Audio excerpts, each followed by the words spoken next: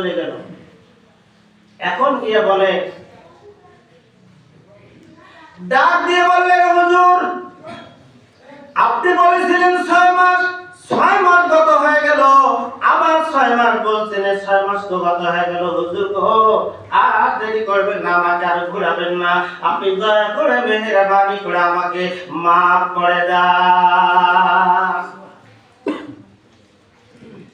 এখন বললেন, যুবক রে, মাফ তো করে দেব,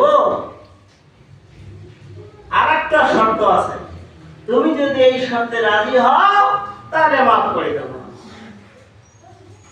চিন্তায় পড়ে গেল, হায় রে, 6 মাস গেল, আবার 6 মাস গেল, আবার বলে শর্ত আছে, মহা বিপদ। তো বলেন বলেন, তো আমার একটা মেয়ে আছে, তুমি যদি বিবাহ করো তাহলে তোমার আমি ফলের দাবি ছেড়ে দেব। সুবহানাল্লাহ, পড়েন পড়েন পড়েন।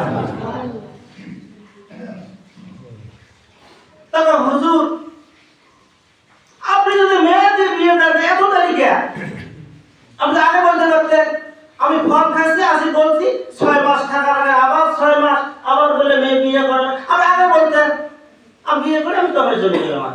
তা ঠিক আছে, দেন, আপনি দেন, বিয়ে দেন। বাবা আগে না,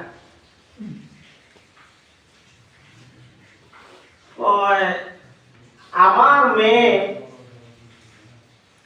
চোখে দেখে না, অন্ধ, ফল কাটা খাইছে, শর্ত দেখেন কতগুলো, দাবি ছাড়াবেই।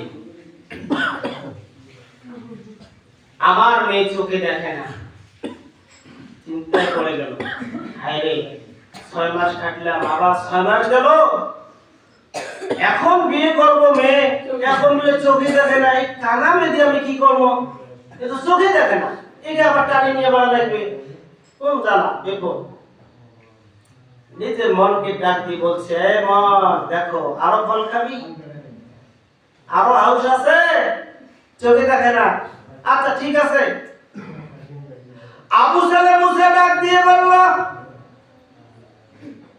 হুজুর দেরি করবেন না, অন্ধ কোনো সমস্যা নাই, তার কারণ হলো যদি আপনি যদি একটা ফলের জন্য যদি আমার আল্লাহর আদালতে যদি মামলা দায়ের করেন, নিঃসন্দেহে আমি মামলায় হেরে যাব, মামলায় আমি জিততে পারবো না। আপনার মেয়ে অন্ধ মেয়ে দিয়ে আমাকে বিয়ে দিয়ে আপনি আমাকে ফলের দাবিটা ছেড়ে দেন। জোরে বলুন সুবহানাল্লাহ।